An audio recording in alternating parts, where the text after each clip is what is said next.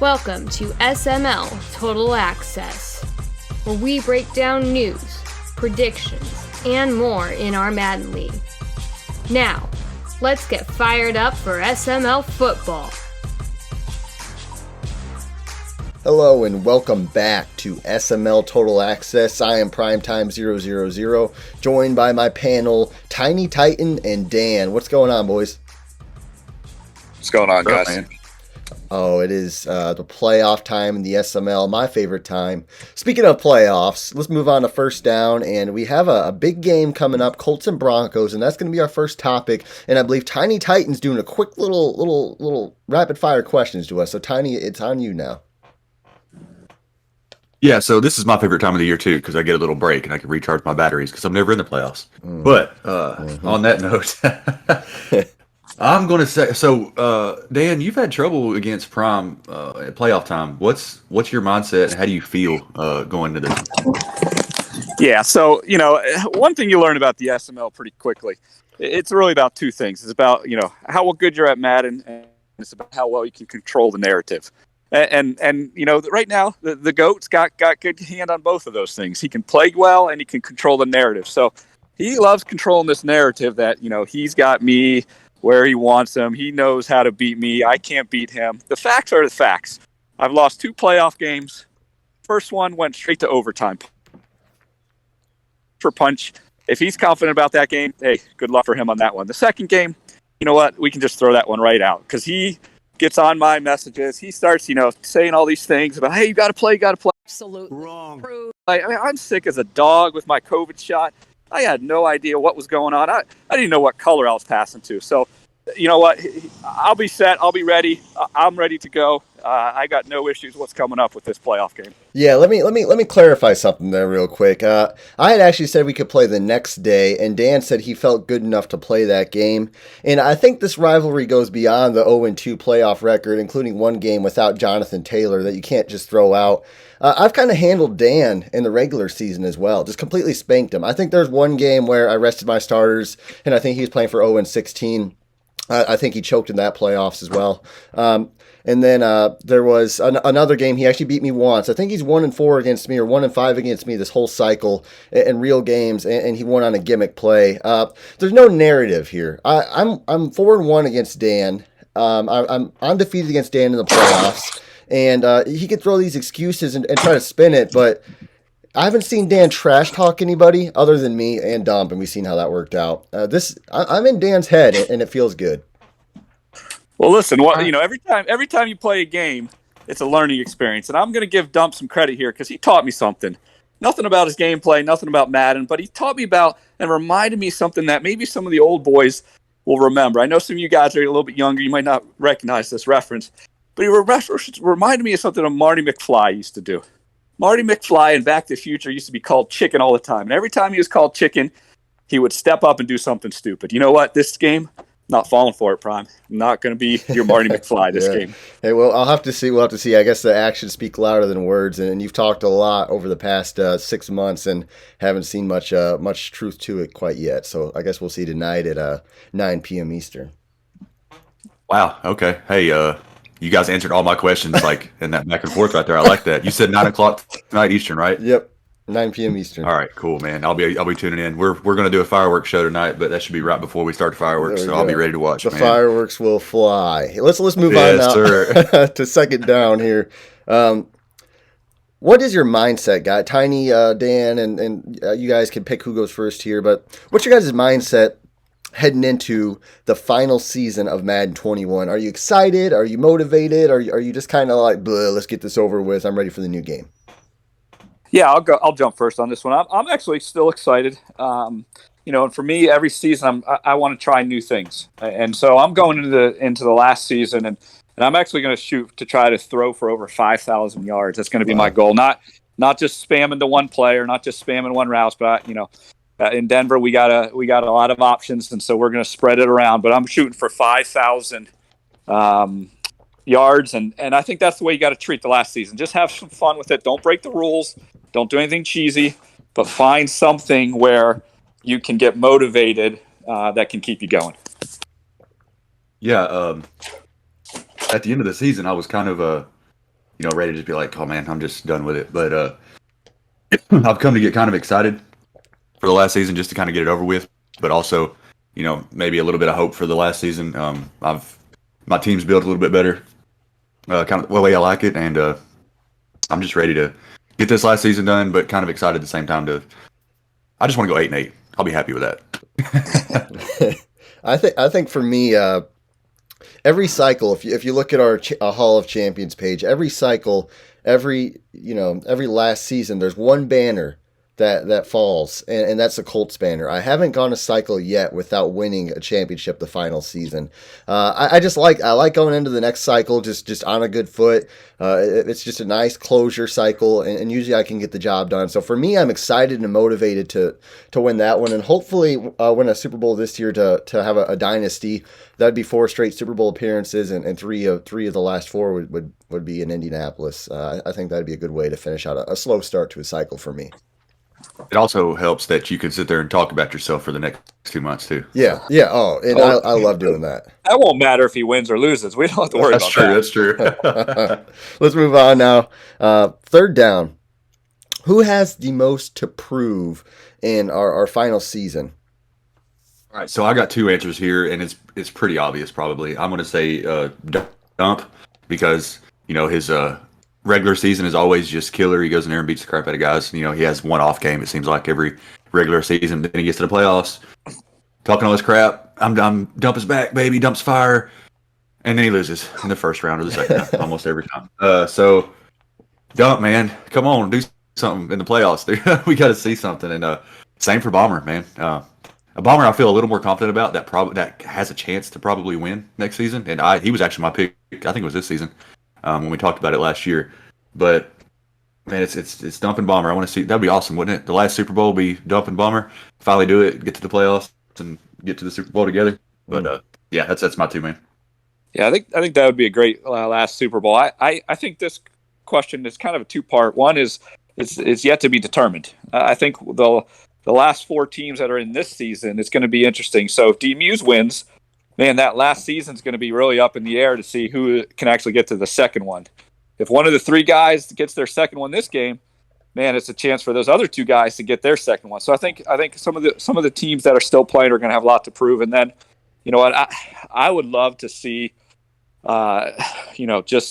just one of these guys, not the Dump and the Bombers, because those are the easy ones to kind of pick as far as the guys to take the next jump. But I want those guys right under that line. I want the Rowans. I want the QPs. I want the Woods, the Futures. I want one of those guys to really, the Matts, to make a run and actually, make a push for a Super Bowl. I'd love to see one of those guys just kind of rise up and take that next step.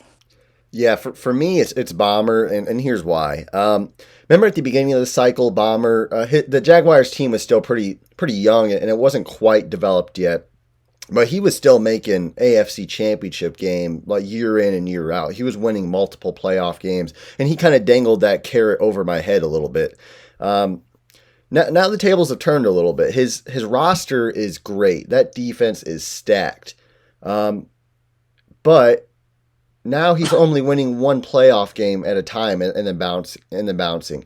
Bomber hasn't won more than one playoff game in the last 3 seasons. So you have to go back 4 seasons for him to have more than one playoff game. So if he goes this next cycle or this next season and doesn't go more than past 1 round, then he's going to have like 5 seasons worth of well, I'm like wording this horribly, but Bomber's got to win. Bomber's got to get he's got to have another deep playoff run, and I'm hoping that happens a little bit, but I'm also not, because that means I'm not going to have one. So we'll see what happens. I don't know. That team's there. The stick skills I think are there, but something's just not coming together, and I don't quite know what that is. What's crazy is you referencing how he's only won one playoff, or hasn't only won one playoff game in the last few seasons. It seems like his regular season has been more dominant the past 2 or 3 years. Yeah. But his playoffs hasn't, obviously. Yeah, and then some of them some of these regular season games or playoff games that he's losing. I mean, he lost to Woods once. He had been beaten up on Dan lately, and then he loses to Dan. He had been, beaten up on me quite a bit in the playoffs, and then he lost to me in his Super Bowl chance. So, yeah, it's just kind of weird. It's just kind of weird. Let's move on now to the tip of the week. We're on 4th down here. We're making solid time. What's your guys' tip of the week?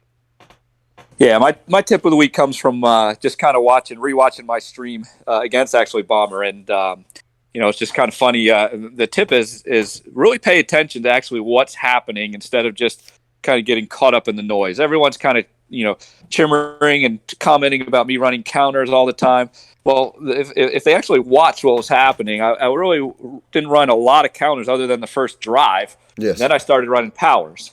And so people were trying to, say every time I was running a power, it was a counter, and I had no clue what was going on. So the tip is pay attention actually what's happening. If you want to actually stop something, you got to learn actually what the other person is actually doing. So, a counter is different than a power. A power is different than a stretch. A stretch is different than a sweep. All these things are a little bit different, even in a game of Madden. Pay attention to what's actually happening. See what someone's doing. If they're running a cover 3, is it a cover 3 cloud? Is it a cover 3 sky? All these different things that are out there. Try to pay attention to them so then you can learn how to beat it. And you know better than that. Everybody's going to take their narrative and go on with it. Mine is short and sweet and simple, man. Just it's a reference to the last season as well. Just stay motivated. I know it's summertime. Last season, next Madden's about to come out. Let's just stay motivated, try to keep our games going in on time, not stretching out these advances as long as possible. Let's just play our games, man. Keep the seasons going. Keep it going. Yeah, actually, I like Dan's point about knowing what's actually happening. I think part of the reason why Madden kind of took out the ability to see the previous play. Like it seems spotty. I don't quite know when it happens anymore. Some games it shows up, some games it doesn't. And I think that people get confused. Like people still think I in some games I do, but like my offense is predicated on inside zones. When now I mostly run dive plays. So they just think a run up the middle is an inside zone when there's so many more different inside runs. So that's a good point by Dan. What my tip of the week is wait till your opponent's offensive formation shows up before you call your defense. Yes. Sometimes I'll be watching. That's a pet peeve of mine, man. Sometimes I'll be watching a stream and like it'll be like a really crucial 3rd and 5. 2 minutes left in the game, and they'll just call their defense really quick. And then they just put themselves at such a disadvantage. It just baffles me. They'll come out in some just horrible like run stopping defense against like a no running back set, and it's like, dude, what are you doing? But I don't know. That's always a head scratcher for me. It's just like, dude, you're just literally all you're doing is hurting yourself. You're not helping the game. You're not speeding the game along any. You're literally just shooting yourself in the foot by not looking at their formation first. That's funny you say that, man, because I always notice whenever I'm playing, if I pick my offensive play and there's no hesitation and the play's already going, I'm like, I have to double take and be like, did he not look at what I'm doing? Yeah. It's definitely it's fun. It's fun watching streams when that happens. I don't know. I think it's funny, but anyway, guys, let's move on now to the extra point. And obviously the extra point is the Tiny 5. I kind of ridiculed Tiny last week. I'm going to try taking it easy on him this week. Let's see what it is, Tiny. All right, so this one's going to be, as a whole for this cycle, kind of what I think the guys that have been successful. For the top 5, of course, obviously we're down to the 4 in the playoffs, so it's really kind of pointless to do a top 5 for the season. But yeah, for the cycle, so at 5, I'm going to go with Bomber. He's the only one on here that doesn't have a Simbardi, but his like you said earlier, he's had some success in the playoffs. Not recently, but in the beginning of the cycle he did. And then, of course, how great he is in the regular season. You always, when he loses, it's a surprise, kind of like with Dan or you, Prime. So he's got to be in there. At 4, I'm going to put Dan. He's got a Simbardi. Wow. But this is my turn to rip this Tiny 5 this week. I mean, he's got a Simbardi, but did you make a second one? I'm trying to remember. Did you make a second Super Bowl but lost, right? Yeah, that was the Fat Finger, wasn't it? Yes. Did I make a second one? I made a 3rd one. Come on. Was there 3? Oh, good Lord. Hey, I told you I didn't study this time, man. All right. Well, so you and RD may have to switch up here because I got RD at 3 since he made 2, and he's also my NFC West mate. So, yeah, I got RD at 3. 2, I'm making up for last week. 2, I got Faz. Yes. Faz. Let's go. Faz has been really good towards the end of the cycle here, man. But at the beginning of the cycle, he was good, but he wasn't one of these guys you could pencil in for a win every week and running through the NFC playoffs. And of course, at number one, I'm going to not say much and make your head any bigger. I got Prime. That's all I'm going to say. Come on, Tiny. Come on. No, let's go. I know you're a nice guy, and I know you don't want to make, hurt Prime's feelings. I know, that's why you sent the DK trade. I know all that stuff. Come on. You're talking about a guy the first 4 seasons had 1 playoff win. It took him till season 5 to actually get a second. Oh, are we making excuses again? I was just ridiculed 10 minutes ago for excuses. Are we making excuses? Come on now. Like, he didn't have a playoff win until season 5. He's only been in 2 Super Bowls. He couldn't even beat your number 2 guy. Like, come on now. If right now, where you call it, you just can't. I got the most Super Bowls. I got the most playoff wins. I've got the most regular season wins. Yeah. How are you going to argue that right now? The last time Dan won maybe it's recency bias if I had to, give any excuse. The last time Dan won a Super Bowl, I think Trump was still in office. I mean, it's been a while. And as for Faz, let's be real. The top 4 guys all have something. Really, top 5 guys all have something, a blemish on their resume. We talked about it in chat. Bomber hasn't won one. So, I mean, he really shouldn't be mentioned in the same breath as the top 4 guys, but I guess you have to have a top 5 to make a top 5. Now, the Colts, they started off slow first four seasons. Really bad team, but no matter what, I mean, if you're going to look at the cycle as a whole, you don't count that in that they had a bad team. Recently, probably one of the better teams. The Vikings kind of like this temperamental, like one season they're great, then the next season they like don't want to play the game anymore. Kind of an RD, another temperamental guy. Just seems like it must be an NFC thing over there. Maybe they have a collaborated cycle or something, like, if you know what I'm talking about, where they're, you guys can be good this season, I'll be good next season. Yeah, it's kind of weird. So anyway, that's my opinion on it, but I have no complaints with the Colts being number 1. I agree 100% agree. Sheesh. I'm throwing up here in the back. Give me a second. Hopefully I'll be ready by 9 p.m. tonight. At least you got your excuse ready this week as well. Dan, what's your prediction before we get off here? What's your prediction for tonight? I think it's going to be a good game. I think we're going to be somewhere between the 17, 24 points each of us. So I'm going to go 21-17. Denver wins on a goal line stand. There you go. That's good. I guess we'll see. I like it. I'll go with that too. I'd like to see you back in the Super Bowl, Dan. See, Tiny, you're too nice of a guy, man. You're too nice. Like, you in a minute here, you just, you put me at number 4. Now you turn around and you pick me tonight. I love it. Hey, I'm just telling you from to this point, this is what I was thinking. You're a predictable man, dude. You're a nice dude. We'll see. Well, I guess we'll see tonight, guys. 9 p.m. Eastern, Colts Broncos. I think tomorrow at 1 or 1:30, they said the Vikings and Panthers are going to kick off. We're at 17 minutes. We're not going to drag this out any further than we have to. I'm Prime Time. Dan, Tiny, we're all signing off. You guys have a great 4th of July weekend and keep all your fingers so you can keep playing this crappy game.